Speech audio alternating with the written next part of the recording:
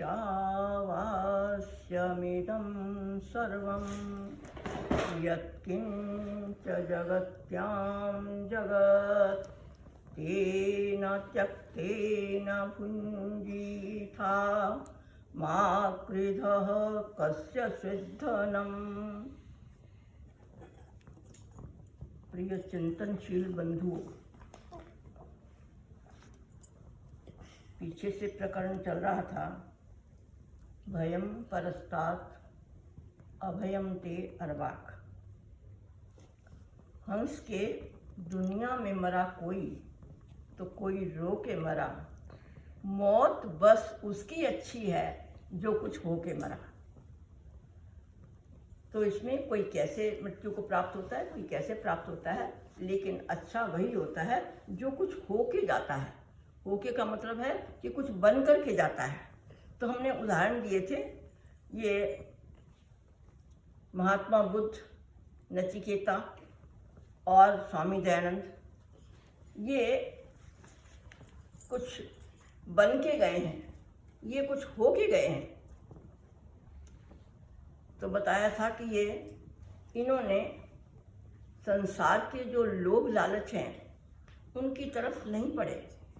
नचिकेता को यमाचार्य ने बहुत कुछ दिया कि तुम्हें मैं ये दे दूंगा, तुम्हें मैं राज्य दे दूंगा, तुम्हें मैं स्त्रियां दे दूंगा, तुम्हें मैं जो है और इतनी भूमि दे दूंगा। ये सब बातें जो है उसने कही, लेकिन नचिकेता ने ये कहा उनको कि ये सब जो है न वित्तेन तर्पणीया मनुष्य, मनुष्य जो है वो धन से तृप्त नहीं होता है और ना वो हो सकता है। इसलिए ये सारी चीज़ें जो हैं, और तुमने मेरे को जीने की बात कही है, कहते जब मैं तुम्हें प्राप्त कर लूँगा, तुम्हें जब तक तुम चाहोगे मैं जीवित रहूँगा। तो इसलिए वरस्तु में वर्णिया सैव, ये सब जो है मेरे लिए वर्ण करने योग्य जो है वही वस्तु है जो मैंने आपसे मांगी है। और महात्मा बुद्ध ने भी बाहर की परेशान करने वाली मृत्यु को, दुख देने वाली मृत्यु को देखा। तो उसको देखने के पश्चात उनके मन में यही आया कि ये दुख क्यों रहा है। भाई हमें तो घर के अंदर सब कुछ मिलता है, हमारे पिता जो है बहुत अच्छे राज्य के जो है स्वामी हैं, कोई परेशानी नहीं है। तो उसने भी उनकी बातों को देख करके, संसार की बातों को देख करके वैराग्य ले लिया। उसका विवाह हो चुका था, उसके पास सुंदर पत्नी थी और उसके पास एक बहुत सुंदर जो है वो एक पुत्र भी था। ये सब उसको छोड़ करके चले गए। स्वामी दयानंद ने भी क्या किया, उन्होंने भी अपने पिता के राज्य को, पिता की संपत्ति को, पिता के ऐशो आराम को जो है उसने छोड़ दिया। इसलिए छोड़ा कि मुझे इस मृत्यु का पता करना है। ये मूल शंकर ने देखा कि वो जो चूहा है वो उसको कैसे खा रहा है, शिव जी के संपत्ति को, उसके आगे जो प्रसाद रखा गया है वो कैसे ले रहा है, और क्या वो ऐसी ताकत नहीं है उसके अंदर कि वो उसको हटा सके। तो उस सच्चे शिव की खोज के लिए उसने भी अपने घर को जो है त्याग दिया। तो महात्मा बुद्ध ने त्यागा, नचिकेता ने त्यागा और महर्षि दयानंद ने त्यागा। और क्यों त्यागा? क्योंकि योग के अंदर एक सूत्र आता है, दृष्टानुश्रविक विषयस्य वशीकार संज्ञा वैराग्यम। दृष्टानुश्रविक विषयस्य कहते जिन चीज़ों को हम देखते हैं, जिन चीज़ों को हम सुनते हैं, कहते उनको, उनके ऊपर वश पाना, उनको अपने अधीन करना। सब चीज़ें ऐसी नहीं होती हैं कि जिनको हम देखें, जिनको हम सुने, उनको हम ले लें या उनको हम प्राप्त करने का यत्न करें।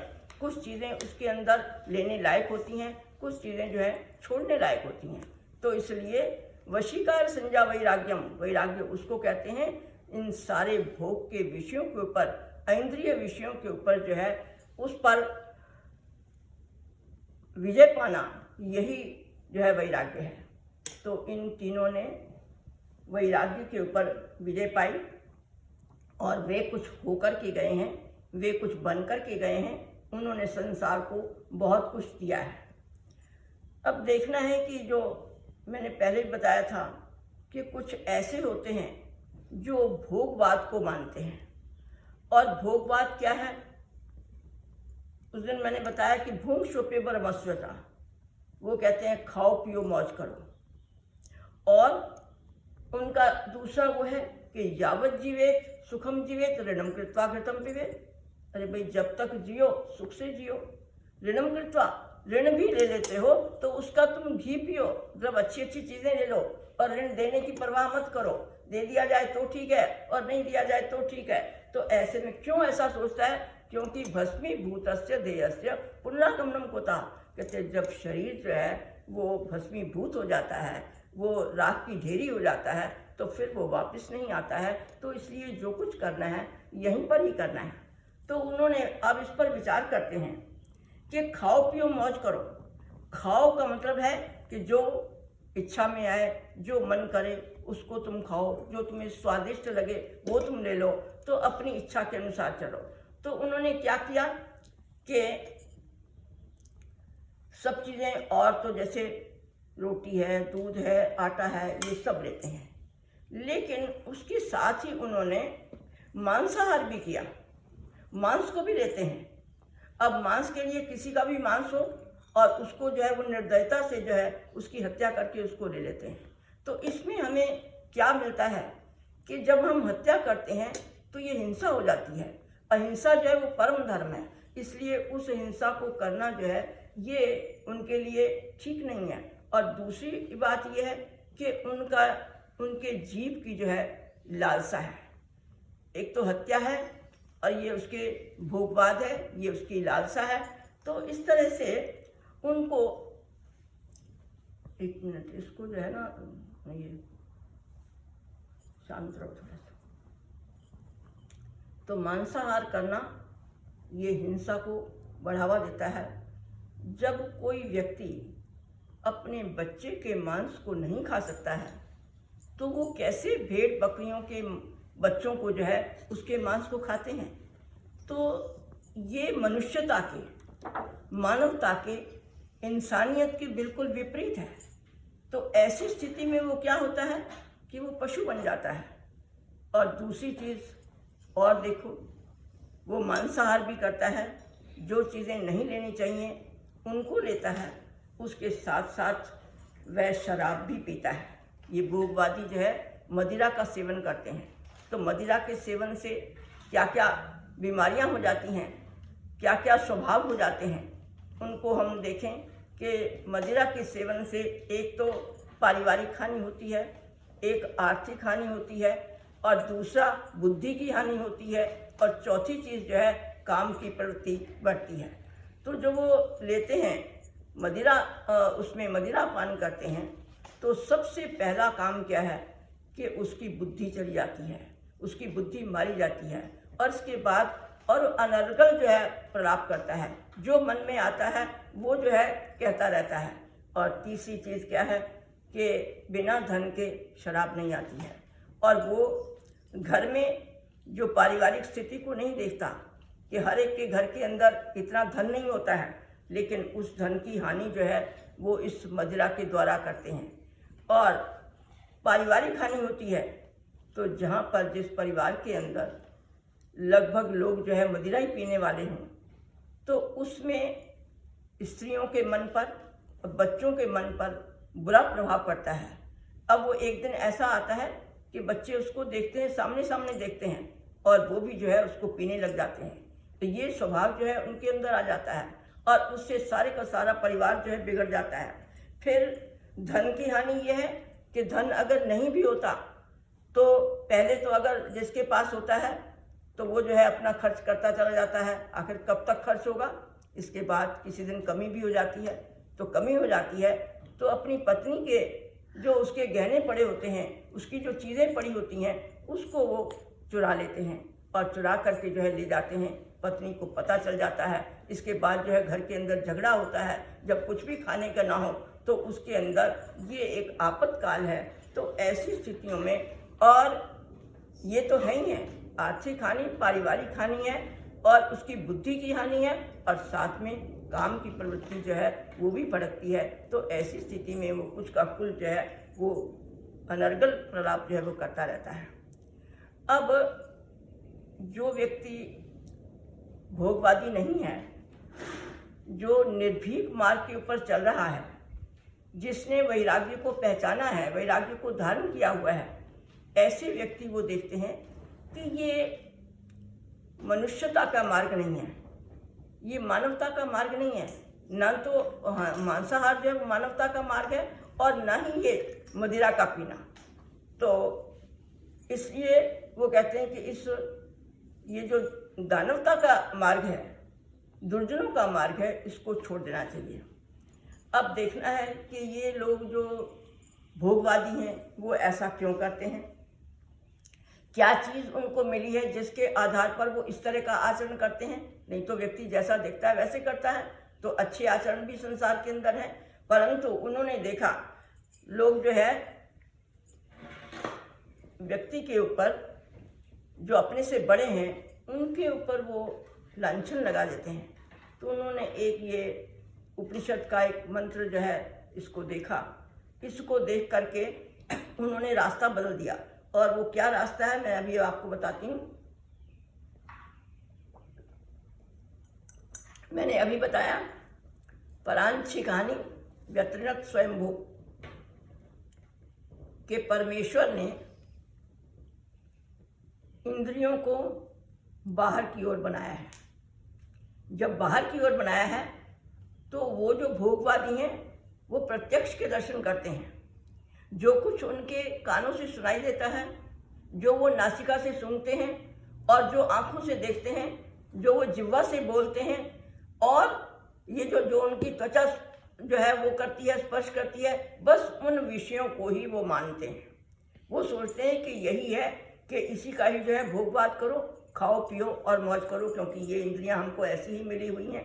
तो ये कारण है उसका। और तस्मात् परांग पश्यति नान्तरात्मन, कहते वो इसलिए परांग का अर्थ है पीछे की वस्तुओं को, पीछे के विचारों को, पीछे मन के अंदर क्या हो रहा है, इससे ऊपर की क्या वस्तुएं हैं, भोगवाद से ऊपर भी वस्तुएं हैं, उनके वो भी विषय हैं, तो उनको वो नहीं देख पाता, क्योंकि वो ये देखता है कि इंद्रियां ही ऐसी बनी हुई हैं, तो यही कुछ है, इससे आगे कुछ और है ही नहीं। परंतु कश्चित धीरः प्रत्यगात्मानमैक्षत, कोई धीर व्यक्ति, कोई विवेकी व्यक्ति, कोई विचारशील व्यक्ति, कोई योगी व्यक्ति, कोई मुनि जो है वो इस पर जो है वो प्रत्यगात्मा ऐक्षत, वो पीछे की ओर दृष्टि डालता है, वो आगे की ओर नहीं। जो प्रत्यक्ष दिखाई देता है उसको नहीं, जो परोक्ष है उसको वो देखता है। और इसलिए प्रत्यगात्मानम ऐक्षत आवृत्त चक्षु अमृतत्वमिच्छन, दो शब्द और हैं। आवृत्त चक्षु, वो अपनी आंखों को बंद करके, क्योंकि आंखों से तो बाहर का दिखाई देता है, आंखों को इसलिए बंद करता है कि वो अपने अंदर देख सके। तो आंखों को बंद करके अमृतत्वमिच्छन, अमृत की आकांक्षा करता हुआ, जीवित रहने की, कि ऐसे काम करें कि जिससे हम संसार के अंदर अमर हो जाएं। तो ऐसी अमरता की आकांक्षा करता हुआ वो अपने अंदर की ओर देखता है। लेकिन ऐसा व्यक्ति जो है कोई धीर ही होता है। तो इस तरह से वो, उसको ये पता है कि सब चीज़ें जो दिखाई देती हैं केवल ये नहीं है, बल्कि इससे और भी चीज़ें हैं जो परोक्ष हैं। जैसे मैं आपको बताऊं कि अभी तो मैं आपके सामने जो है ये बैठी हूँ और आप देख रहे हो, मैं जो है प्रत्यक्ष हूँ, आप मुझको मानोगे। लेकिन अगर आप यहाँ पर बैठे हुए हो और मैं ऊपर जा कर के बैठ जाती हूँ तो मैं तुमको दिखाई नहीं देती। जब मैं दिखाई नहीं देती तो इसका मतलब ये तो नहीं है कि मैं नहीं हूँ, मैं यहाँ तो नहीं हूँ पर मैं वहाँ पर हूँ, ऊपर तो हूँ। तो बहुत सारी चीज़ें ऐसी होती हैं कि जो हमें दिखाई नहीं देती लेकिन वो होती हैं। देखो ये हमारी आँख है, ये दृष्टि है, ये इसकी पिपलियाँ जो है ना, जो उसके बिल्कुल नज़दीक है, वो ऊपर नहीं देख पाती। तो जो नज़दीक की वस्तु है वो बिल्कुल नहीं देख पाती है। अब जैसे हमारे मन के अंदर हमारा आत्मा है और परमात्मा है, हम इनको नहीं देख पाते क्योंकि हमारी इंद्रियां उसको नहीं देखती हैं। इसका मतलब ये नहीं है कि वो है ही नहीं है, क्योंकि वो है, उसकी सत्ता है। ये सारी चीज़ें जो बनाई हैं, इसको बनाने वाला जो है कोई ना कोई होना चाहिए, इसलिए उस परमेश्वर को जो है मानते हैं। तो वो जो योगी है, जो मुनि है, वो सब इन चीज़ों के ऊपर विचार करता है। कहते हैं कि ये जो इस तरह के ऐसी जो विचारधारा रखते हैं, वो ऐसे विषयों के ऊपर जाते हैं, वो भोले लोग होते हैं जो भोगवाद का अनुसरण करते हैं। और उसका परिणाम क्या होता है? जो भोगवादी होते हैं उनकी जो है वो ये जो मृत्यु है, ये उनको जन्म जन्मांतर तक जो है अपने कगार के ऊपर ले जाती है। जन्म जन्मांतर के अंदर जो है एक जन्म लेते हैं, वहाँ मृत्यु होती है, वे दूसरा लेते हैं, वे तीसरा लेते हैं। तो वो इस धारा के अंदर जो है हर समय उनका जन्म मरण ही होता रहता है। ये जो